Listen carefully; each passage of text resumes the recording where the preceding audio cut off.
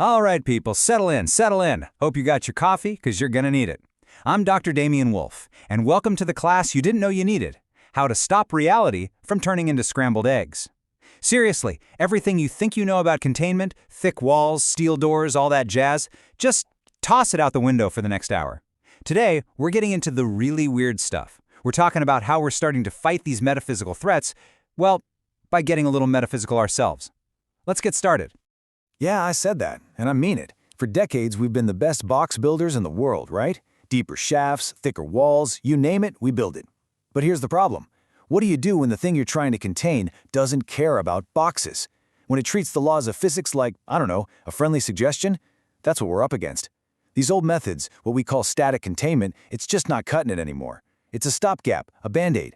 And we need a real solution before something decides our entire facility would look better as, a pile of conscious tapioca. So, here's the game plan. We'll start with why reality itself is getting a little, crunchy.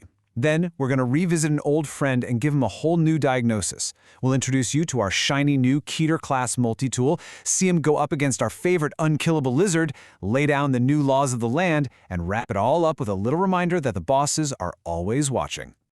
Okay, first things first, a brittle reality. I want you to forget everything you learned about containment just being about keeping monsters in a box. Because the problem we're facing now, the box is breaking.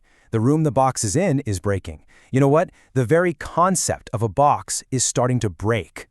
Now, this warning didn't come from some sensor log or a research paper. No, this comes from SCP-073, Kane, a man who has been walking this earth since the beginning. So when one of the oldest beings we have in containment tells you that the fundamental structure of everything is getting fragile, you stop what you're doing and you listen. The term we're using is conceptual decay. So what does that actually mean for you out in the field? It means the glue that holds reality together is coming unstuck. Think of it like the polar opposite of a Scranton reality anchor. Instead of reinforcing what's real, this rot actively unravels it. Hume levels are all over the place. Things are just popping into existence that have no business being here, and the basic rules of physics are starting to feel more like suggestions. You can't shoot this thing. It's a disease in the very code of the universe. And that brings us to Section 2, the pestilence redefined. You all know SCP-049, the Plague Doctor. For decades, we've basically treated him like a medieval quack with a lethal touch. Turns out, we were wrong. So very wrong. He isn't misdiagnosing a disease in the body. He's misdiagnosing a disease in reality itself. Look here. On the left, that's 049's theory. He sees the pestilence as a sickness. On the right, that's our new analysis. We now believe he's literally sensing this conceptual decay, this rot at the edges of a person's very being. He thinks his cure saves them, but what it actually does is just sever their connection to reality. He's not a doctor, he's a firewall, and a crude one at that. I said this to him myself during our last little chat, and you know what? He didn't deny it. He's not saving people. He sees these little metaphysical fractures around them, and he performs a kind of cosmological surgery. He makes his zombies because they're conceptually inert. They're dead ends. He's literally stuffing the cracks in the dam with bodies to try and stop the flood. Which finally brings us to our solution. Section 3, the Night of Starlight. See, 049's method is a butcher's hack job. What we need is a surgeon. So, meet POI 7420, Brian Masters, or as we call him, the Astral Knight. He is our scalpel in this very new, very strange kind of war. Now pay very close attention to who said this. That's a direct quote from SCP-076-2, Abel, a being whose entire existence is about combat, about destruction, about tearing things down. For him to describe the Knight as a mason, a builder, that should tell you everything you need to know. The Knight doesn't just destroy, he stabilizes, he reinforces. So how does he do it? It all comes down to this concept he calls the weave. Now try to stick with me here. Imagine mana, raw magical energy, is like raw electricity. It's everywhere, it's chaotic, it's super dangerous to just touch. The weave? That's the wiring. It's the conduit, the interface that lets someone like Masters safely tap into that raw power and shape it. It lets him turn a chaotic surge of energy into a precise tool.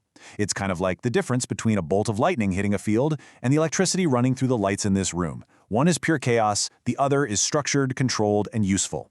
That's what the weave is for magic. And here's how he uses that wiring. He's got 3 main ways of casting his spells, and you got to appreciate the tactical flexibility here. First up, vocal incantations. He literally speaks things into existence.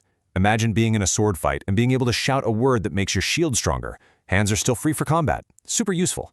Second, somatic motions. These are the intricate hand gestures. This is for stealth. He can weave a trap on the ground without saying a word, totally silent. And third, material sacrifice. This is his "oh crap" button. He can take a mundane object, a pebble, a piece of cloth, and basically burn the latent mana inside it for an instant, powerful effect. It's like a magical flashbang. The point is, he's got an answer for just about anything. Which leads us to Section 4, Caging the Lizard. Now, theory is great and all, but we needed proof. The ultimate test case. So we put the Knight in a room with our most infamous, most stubborn problem child, SCP-682, the hard-to-destroy reptile. What happens when you put an unstoppable force of adaptation against a movable object of metaphysical rules? The results were, well, they were unbelievable. No, Masters didn't kill 682. Let's be real. But he did something we had literally never seen before. He stalled it. He basically gave its adaptive biology a blue screen of death. He started weaving spells directly into 682's body, changing the magical rules of its own structure faster than its cells could adapt. Imagine trying to solve a puzzle while someone is constantly changing the pieces. That's what he did to 682's biology. He didn't contain the lizard, he contained its greatest weapon, its ability to change. It was just stuck. We've never ever managed to do that before. And the result? We're calling it biological stasis. Basically, he anchored 682's molecular structure to a fixed geometric constant. He didn't kill it. He paused it. He locked it into a single, unchangeable state, which made adaptation, transformation, even regeneration completely impossible. This is the number of times in the entire recorded history of the Foundation that SCP-682's adaptation mechanism has encountered a logic error it could not solve. 1. For the first time ever, the lizard stalled. Let's talk about SCP-106, the old man. His whole thing is he just phases through walls. How do you build a box for something that ignores boxes? Well, you don't. Masters cast a spell called Force Cage. Now get this, it's not a cage made of lighter metal. It's a cage made of rules. It basically told the space inside it, hey, your physics are now extra solid. It made reality itself too dense for 106 to phase through. He was stuck. Not by a wall, but by an altered law of physics. I mean, come on, that is a game changer. Okay, everybody take a deep breath. That was the wow, this is amazing part. Now we get to the what this means for you and how you're going to stay alive part. Section 5, the new protocols. How we operate is changing, right now, effective immediately. So, during a Cater breach, your top priority is no longer just neutralization. First responders are now going to include reality benders like the Knight. Their job is to set up reality anchors to stabilize the area.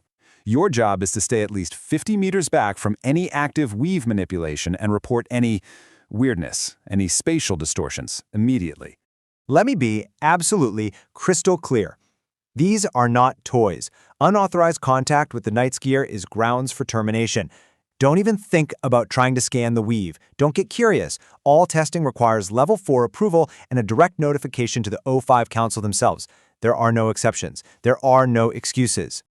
Okay, last section. And I need everyone's undivided attention right now. No fidgeting, no checking your data pad. This comes directly from the top. Section 6. The Council is watching. Eyes up. What you are about to see is a direct communication from O5-4. This does not leave this briefing room. Got it? Do not mistake our approval for a license to be reckless. The Council sees the incredible potential here, but they also see the risk. We've been handed a powerful new tool, but remember, hubris has always been the deadliest anomaly of all. Look, the takeaway from all this is that our job description has changed. We're not just guards watching over monsters anymore. We are the surgeons, the engineers, the knights standing on the edge of reality itself. We're not just training you to be soldiers, we're training you to be something more. We have been given a hammer to mend the cracks in reality. So the only question left for you, for all of us, is this. Are you going to build with it, or are you going to be the ones to shatter everything? Think about that. Your responsibility has just been upgraded. Secure, contain, protect. Briefing's over. You're dismissed.